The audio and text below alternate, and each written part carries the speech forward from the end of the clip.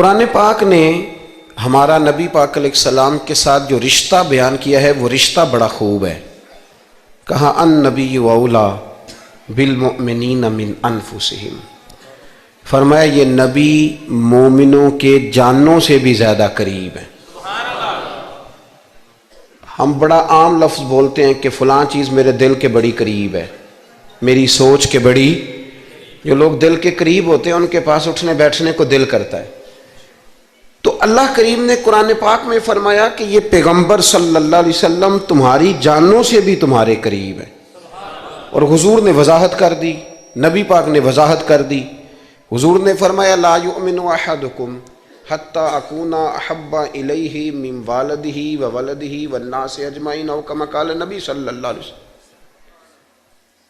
فرمایا تم میں سے کوئی اتنی دیر تک مومن ہو ہی نہیں سکتا جب تک ہر چیز سے بڑھ کر مجھ سے پیار نہ کرے. ایک مثال دے لوں، بات آسان ہو جائے گی. جس گھر کے اندر پیسہ بے شمار ہو، دولت بے شمار ہو، مکان ایک نہیں چار ہو، اور دنیا کی ساری آسانیاں گھر میں موجود ہوں، سارے دوست میری بات پہ توجہ کرنا، ہر شے ہو، بینک بیلنس بھی ٹھیک ٹھاک ہو، بچوں کا فیوچر سیف ہو، لیکن گھر کے اندر میاں بیوی کی صلح نہ ہو. بچے کہتے ہیں گھر میں ہر چیز ہے پر امی اور ابا کا جھگڑا ہر وقت جاری رہتا ہے، وہ گھر صحیح چلتا ہے؟ آپ نے بولنا اس لیے نہیں کہ یہ باتیں لوگ، یہ گھر کے اندر کی باتیں ہیں نا. حالانکہ پاکستان کا تجزیہ یہ ہے کہ 95% میاں بیوی کے حالات ٹھیک نہیں. پاکستان یہ سرکاری اعداد و شمار ہے، 95% گھروں میں اختلاف رائے. یہ بات ذہن میں بٹھا لیں کہ میاں بیوی کا اگر اتفاق نہیں نہ ہوتا تو وہ کہیں کہ گھر میں کوئی بھی خوشی رہے گی تو یہ ممکن ہی نہیں، یہ سوال ہی نہیں پیدا ہوتا. 6 بچے ہوتے ہیں اور شادی کو 24 سال گزر جاتے ہیں پھر بھی طلاق ہو جاتی ہے. اس لیے کہ میاں بیوی کے لیے سب سے ضروری چیز آپس کی محبت ہے. اور یار کیا خوبصورت انداز ہے میرے رسول پاک علیہ السلام کا. جتنی شاندار طبیعت حضور نے مولا علی شیر خدا کی تھی اتنی کوئی کر سکتا ہے؟ اور جتنی اعلیٰ ترین تربیت اور حسن سیدہ فاطمہ کو اللہ نے دیا کسی اور کو مل سکتا ہے؟ لیکن میرے نبی پاک علیہ السلام نے ان کی شادی کے بعد ان کو اکٹھے بٹھا کے ان کے سر آپس میں جوڑ کے ہاتھ اٹھا کے دعا کی تھی کہ اے اللہ ان کے درمیان محبت پیدا فرما دے. میاں بیوی کے درمیان جو سب سے اہم چیز ہے وہ محبت ہے. بچے کہتے ہیں ہم کدھر جائیں، ابا کی سنیں کہ اماں کی سنیں؟ اور اکثر گھروں میں بچوں کی تربیت رک جاتی ہے اس لیے کہ میاں بیوی کا سلوک نہیں ہوتا، تباہی اتر جاتی. گھر کے اندر ہر شے ہے پر ان کا پیار نہیں. پتہ یہ چلا کہ گھر میں محبت نہ ہو تو گھر نہیں چلتا. اگر محبت کے بغیر ایک گھر نہیں چل سکتا تو محبت مصطفیٰ کے بغیر دین کیسے چلے گا؟ گھر نہیں چلتا میرے بھائی، ٹوٹ جاتا ہے، بکھر جاتا ہے. سارا کچھ ہونے کے باوجود میں نے مردوں کو روتے ہوئے دیکھا ہے، عورتیں تو روتی ہیں، میں نے مردوں کو روتے ہوئے دیکھا ہے کہ کیا کروں 4 بچے ہیں پر اس کو نہیں سمجھ آتی، وہ پاگل ہے، مہربانی کریں وہ سیانی ہو جائے، میں بچوں کے لیے پریشان ہوں، کدھر کیا کروں. یعنی عورت اگر وفادار اور پیار کرنے والی نہ ہو تو مرد کو آنسو نکل آتے ہیں کہ یہ سیانی ہوتی تو میرا گھر بن جاتا. او بھائیو پیار بڑا ہی ضروری ہے، یہ محبت بڑی ضروری ہے، اس کے بغیر نہیں نظام چلتا. محبت ہو جاتی ہے نا. چلیں ایک واقعہ سناتا ہوں آپ کو، بات زیادہ مضبوط ہو جائے گی. داتا گنج بخش علی حجویری داتا صاحب نے لکھا ہے، یہ آج کل کا جو جدید نوجوان طبقہ ہے وہ ذرا بات جلدی سمجھ جائے گا. داتا صاحب رحمۃ اللہ لکھا ہے، حضرت عبداللہ بن مبارک رحمۃ اللہ علیہ سے کسی نے کہا کہ آپ بڑے زبردست محدث ہیں اور اتنی وارفتگی والے صوفی کم ملتے ہیں جتنے آپ ہیں، وجہ کیا ہے؟ تو حضرت عبداللہ بن مبارک فرمانے لگے مجھے نہ توبہ کرنے سے پہلے ایک عورت سے عشق ہو گیا تھا، عورت سے. بڑی توجہ سے بات سمجھنا. آپ فرماتے ہیں میرا گھرانہ نمازی تھا. یہ داتا صاحب نے لکھا ہے کشف الماجوب میں. حضرت عبداللہ بن مبارک فرماتے ہیں کہ جس عورت سے مجھے عشق ہو گیا نا اس کے محلے میں جا کے میں عشاء کی نماز پڑھتا تھا. اور پھر ساری رات میں اس کے گھر کے گرد رہتا تھا. وہ آدھی رات کو تھوڑی دیر کے لیے چھت پہ آتی تھی, 2-1 باتیں ہوتی تھیں, میں لوٹ آتا تھا. فرماتے ہیں ایک رات میں نے عشاء کی نماز اس کے محلے میں جا کے پڑھی. قاری صاحب نے نا کچھ آیات لمبی پڑھا دی تو مجھے غصہ آیا. کہہ دیتے نا لوگ مولویوں نے تے کام کو نہیں, سانو تے اور بھی ہیں. تو کہتے ہیں کہ نماز لمبی پڑھا دی تو مجھے غصہ آیا کہ جلدی پڑھاؤ. فرماتے ہیں نماز وہاں پڑھی, سخت سردی تھی, رات لمبی تھی. میں اس کے گھر کے گرد جا کے نا تو منڈلانے لگا, کیونکہ مجھے اس سے محبت تھی. فرماتے ہیں کہ 1 گھنٹہ 2 گھنٹے 4 گھنٹے 5 گھنٹے حتیٰ کہ سحری کا وقت ہو گیا, پاؤں پھوٹنے لگی. تو وہ نا بھاگتی بھاگتی چھت پہ آئی اور کہنے لگی کہ گھر میں رش بڑا ہے, مہمان زیادہ ہیں, آج بات نہیں ہو سکے گی. کہتے یہ لفظ کہتے وہ نیچے اتر گئی. جب میں وہاں سے واپس نکلا تو فجر کی اذان شروع ہو گئی. یوں سمجھ لیں کہ 13 گھنٹے 14 گھنٹے بیت گئے. حضرت عبداللہ بن مبارک فرماتے ہیں اچانک نہ میں نے اپنے دل پہ توجہ کی. ساری رات وہ آئی نہیں تھی پر مجھے اس پہ غصہ بھی کوئی نہیں آیا, مجھے وہ بری بھی نہیں لگی. ساری رات اس نے کھڑا رکھا لیکن میرے دل سے اتری بھی نہیں. کوئی نہیں سمجھ آئی آپ کو میری بات؟ فرماتے ہیں کہ پھر میں نے اپنے دل پہ توجہ کی تو مجھے سمجھ آئی کہ مجھے اس سے کھرا پیار ہے, سچا پیار ہے. یعنی اس نے آدھا جملہ کہا کہ میں مجبور ہوں, تو میں نے اس سے مزید نہ قسم اٹھوائی نہ گواہ مانگے, میں اس کی وہ مجبوری بھی فوراً ہی مان گیا. تو جناب عبداللہ بن مبارک فرماتے ہیں کہ جب میں نے وضو کر کے مسجد میں جا کے 2 سنتیں پڑھی نا تو میرے اندر سے آواز آئی, عبداللہ اگر ایک بی بی کے لیے تو ساری رات کھڑا رہ سکتا ہے اور اس کی سخت بات سخت انتظار بھی تجھے غصہ نہیں دلاتا, اگر عورت کے عشق میں سارا کچھ ہو سکتا ہے تو رب رسول کے عشق میں بھی ہو سکتا ہے.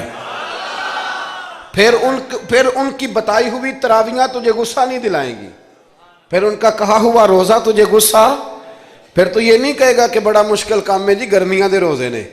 پھر تیری زبان سے کوئی لفظ, اس لیے کہ محبوب پر غصہ. وہ کسی اردو کے شاعر نے کہا تھا کہ اس نے کہا تھا عشق ایک ڈھونگ ہے, تو میں نے کہا تجھے عشق ہو خدا کرے, پھر کوئی تجھے اس سے جدا کرے, پھر تو اسے تسبیحوں پہ پڑا کرے, پھر تو گلی گلی پھرا کرے, پھر تو اسی کا نام جپا کرے, پھر میں کہوں کہ عشق ایک ڈھونگ ہے اور تو نہیں کہا کرے. ایک صاحب نے مجھے ایک دفعہ فون کیا, ہمارے سنگی ہیں, وکیل ہیں, بیوی ان کی پروفیسر ہیں. کہنے لگے جی آپ کے ایک بزرگ نے کہا ہے کہ صحابہ نبی پاک صلی اللہ علیہ وسلم کا بول مبارک پیشاب مبارک پی جاتے تھے. لوگوں کو بڑی جلدی ٹینشن ہونے لگ جاتی ہے ان چیزوں کی, بڑی جلدی. اس رستے کے مسافر نہیں نہ ہوتے, اس رستے کے مسافر نہیں. انہوں نے کہا جی کہ صحابہ حضور کا لعاب دہن اپنے چہرے پہ مال لیتے تھے, ناک سے رینٹھ نکالتے تھے تو مال لیتے تھے. یہ کیسے ہو سکتا ہے؟ میں نے ان سے کہا کہ تمہاری عقل میں بات نہیں آئے گی, تمہارا شعبہ نہیں نا, تمہارا یہ شعبہ. کہنے لگے آپ سمجھا دیں. تو میں نے کہا بھائی سنو, آپ کی بیوی امیر خاندان سے ہے, ہماری بچیاں جو پڑھی لکھی ہوتی ہیں نا امیر خاندان سے ہوتی ہیں, یہ جب کسی کے گھر جاتی ہیں نا تو ان کا بچہ پیشاب کر دے تو انہیں بڑی بدبو آتی ہے, اور اگر وہ کہہ کر دے تو یہ بھی کہہ کرنے لگ جاتی ہیں. ہوتا ہے کہ نہیں ہوتا؟ اور گھر آ کے کہتی ہیں وہ بڑے جاہل ہیں, صفائی نہیں کرتے, بچے نے ادھر ہی پیشاب کیا ہوا تھا, میں تو جو کھا کے گئی تھی وہ بھی باہر آ گیا. کہنے لگے جی بالکل یہ بھی ایسے ہی کرتی تھی. تو میں نے کہا جب اس بچی کا جو بڑا ناک چڑھاتی ہے, جب اس کی اپنی شادی ہو جائے, اپنا بچہ ہو جائے اور بچہ بالوں میں پیشاب کرے, پھر بھی کہہ آتی ہے. کیوں؟ اس لیے کہ اپنا بچہ ہے. اور میں نے کہا میاں فرق اتنا ہے کہ صحابہ کا اپنا نبی تھا. یہ جب محبت ہو جاتی ہے نا تو پھر گھن نہیں آتی پھر کوئی. اور پھر مصطفیٰ کریم کا بول مبارک تو اللہ نے ویسے ہی پاک فرمایا ہے. تو میں نے کہا یہ باتیں اتنی دیر ہوتی ہیں جتنی دیر تک بچہ غیر کا ہوتا ہے. جب بچہ اپنا ہوتا ہے تو پھر یہ گفتگو.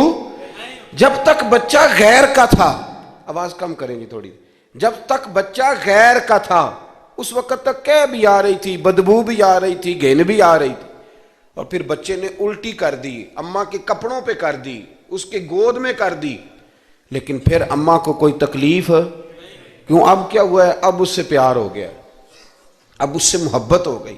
پھر بڑے بڑے سردار، یہ بخاری مسلم ہے، عروہ بن مسعود ثقفی ابھی غیر مسلم تھے، جب حدیبیہ کے مقام پہ آئے تو واپس جا کے انہوں نے پیغام مسلمانوں کو نہیں دیا، عالم کفر کو دیا، عالم کفر کو جا کے کہنے لگے کافرو، مسلمانوں سے کبھی جنگ نہ کرنا۔ کہا کیوں؟ کہنے لگے میں حدیبیہ میں دیکھ کے آیا ہوں، اور میں کوئی بیوقوف آدمی نہیں، نادان نہیں کہ دیکھ کے آیا ہوں تو مطمئن ہو گیا ہوں، میں نے بڑے بڑے بادشاہ دیکھے ہوئے، میں سفیر ہوں، میں نے دنیا دیکھی ہے، لیکن جو تعظیم مصطفیٰ کریم کے غلام ان کی کرتے ہیں وہ میں نے کسی کو کرتے نہیں دیکھا، وہ میں نے نہیں دیکھا۔ کہا کیا دیکھ آئے ہو؟ یہاں تو ہمارے یہاں درود و سلام پڑھنے والے بھی غریب غریب لوگ رہ گئے ہیں۔ سنیں جی، آپ باتیں نہ کریں، بڑی مہربانی میری بات سنیں۔ ہمارے ہاں تو میلاد کے جھنڈے اٹھانے والے بھی غریب غریب لوگ رہ گئے ہیں، ناراض تو نہیں ہو گئے آپ حضرات؟ جلسے میں آنے والے بھی غریب لوگ، جلسہ کرانے والے بھی غریب لوگ، تگڑے لوگ بھی جلسہ کراتے ہیں پر کسی ایم این اے کا، وہ بھی جھنڈا لگاتے ہیں پجاروں پر کسی سیاسی جماعت کا، اپنے اپنے نصیب ہے نا۔ ساری زندگی جھوٹوں کے نعرے مارتے ہیں، سچے رسول کا نعرہ اللہ نے ہمیں عطا فرمایا ہے۔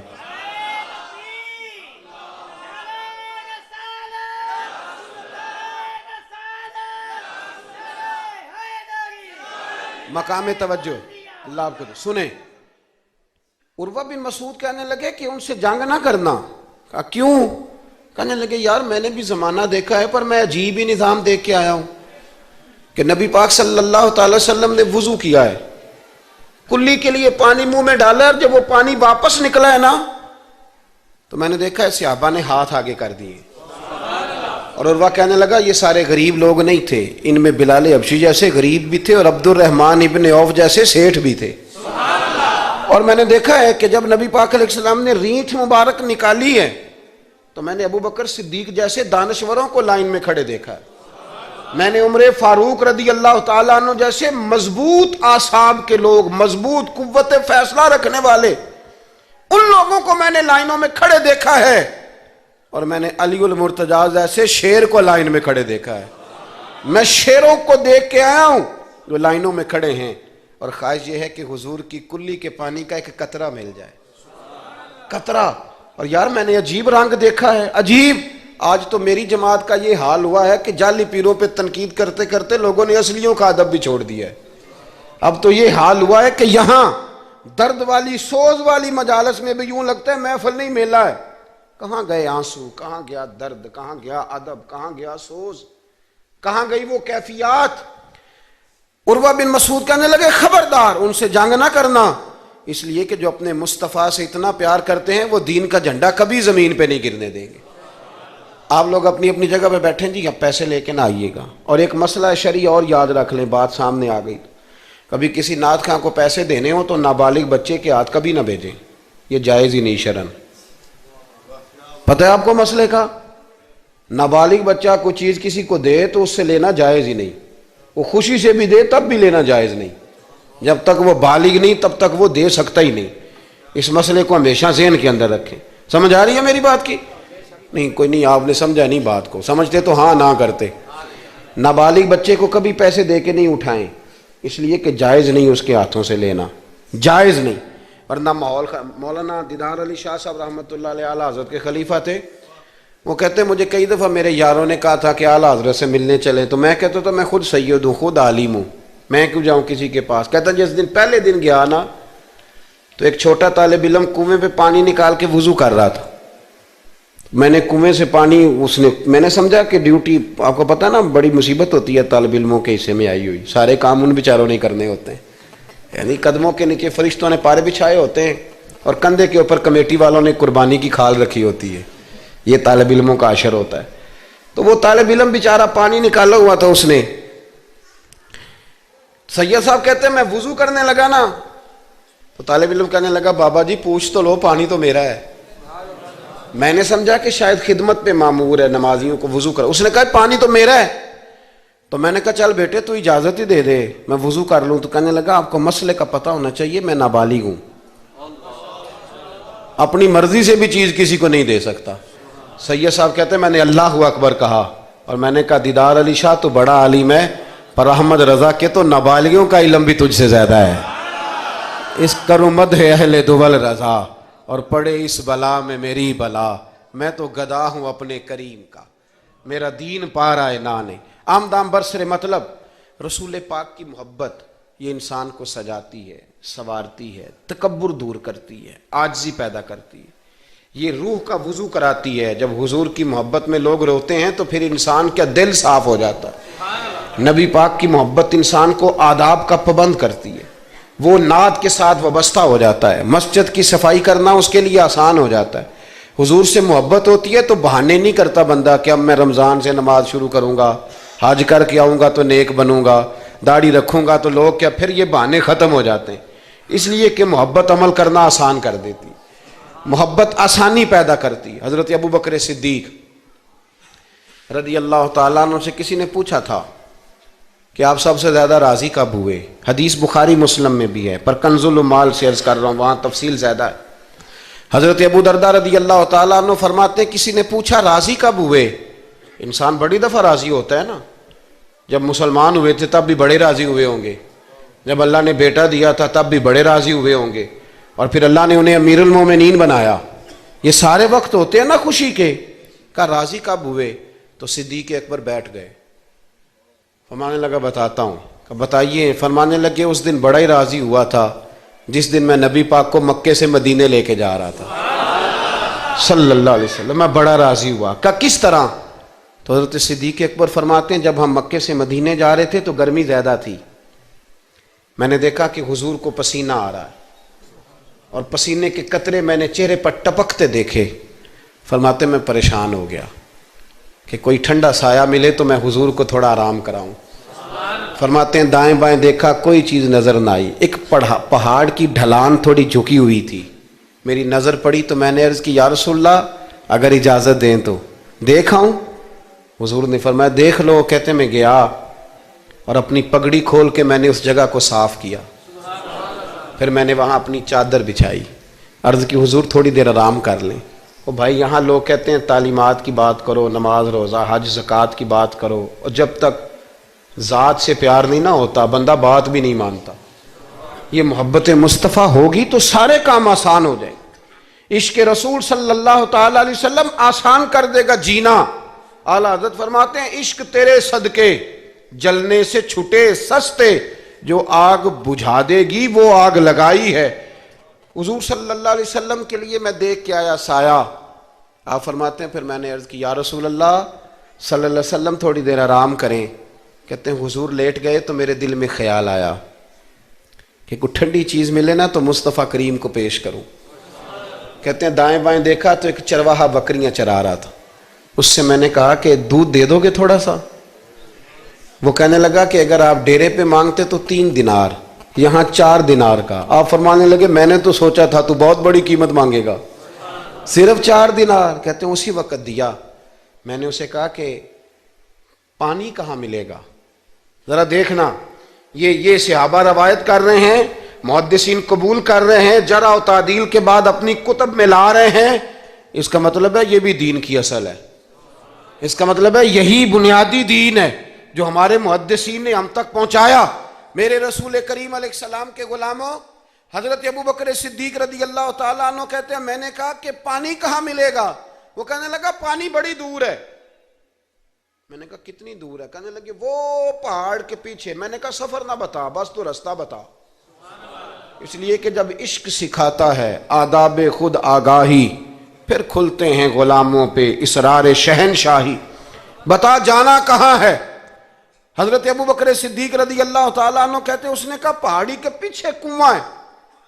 آپ فرماتے میں دوڑا گیا، لکڑی کے پیالے میں وہاں سے پہلے میں نے ہاتھ دھوئے، پھر میں نے پیالہ دھویا، پھر پانی بھرا، پھر میں تیزی سے واپس آیا۔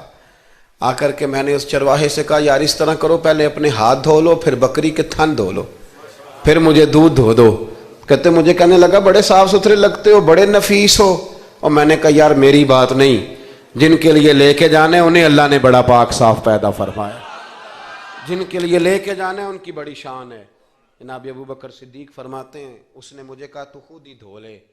فرماتے ہیں میں نے پہلے بکری کے تھن دھوئے، پھر دودھ دھویا، شدید گرمی، پھر وہ پیالہ لے کے میں کنویں پہ گیا، پھر وہاں سے پانی نکالا، پھر میں نے اس کو رکھ کے پیالے کو اس پانی میں ٹھنڈا کیا، جب دودھ ٹھنڈا ہو گیا تو میں اب آ رہا ہوں، آہستہ آہستہ اس لیے چل رہا ہوں کہ دودھ گر نہ جائے، اور پریشان اس بات میں ہوں کہ دیر ہو گئی تو دوبارہ گرم نہ ہو جائے۔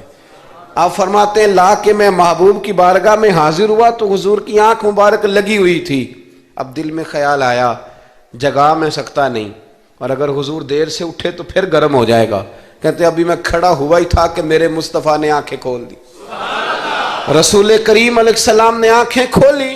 حضرت ابوبکر صدیق فرماتے ہیں گھٹنوں کے بل بیٹھ کر جب میں نے وہ دودھ کا پیالہ مصطفیٰ کو پیش کیا، اس پردیس میں، اس سفر میں، جب دائیں بائیں کوئی اور نہیں تھا، جب وہ میں نے پیش کیا نا، حضور نے پہلے 3 گھونٹ پیے، فرمانے لگے ابو درداء جب وہ 3 گھونٹ پی کے میری طرف دیکھ کے حضور مسکرائے نا تو میں کھل کے رویا، میں کھل کے رویا۔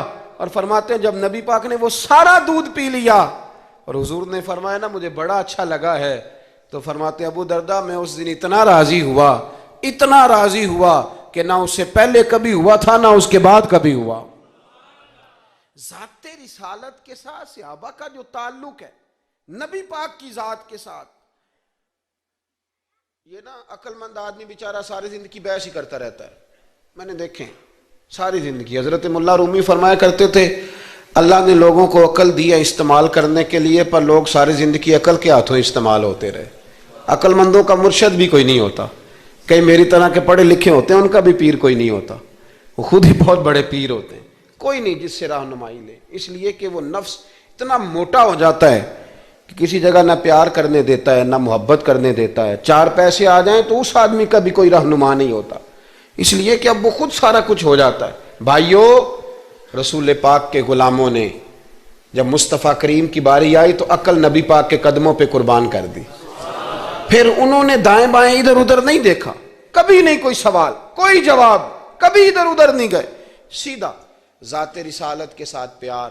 پڑھیے یہ روایت تو مشکات میں بھی ہے، طبرانی میں بھی ہے، صلح حدیبیہ کا معاہدہ لکھا جا رہا تھا، توجہ ہے میرے دوستوں، ہم ویسے ساری زندگی یہی سنتے رہے ہیں کہ الامر فوق الادب، حکم ادب پہ فوقیت رکھتا ہے، سنا یہی ہے، لیکن صلح حدیبیہ کا معاہدہ لکھا جا رہا تھا، لکھنے والے تھے مولا علی شیر خدا رضی اللہ تعالی عنہ، حضرت علی لکھ رہے تھے، حضور نے فرمایا لکھو، لکھا، حضرت علی نے پہلی عبارت لکھی تو لکھا محمد الرسول اللہ صلی اللہ علیہ وسلم، اور قریش مکہ کے درمیان معاہدہ، جب لکھا نا محمد الرسول اللہ صلی اللہ علیہ، تو ابو سفیان بول پڑے، کہنے لگے جی آپ محمد ابن عبداللہ لکھیں،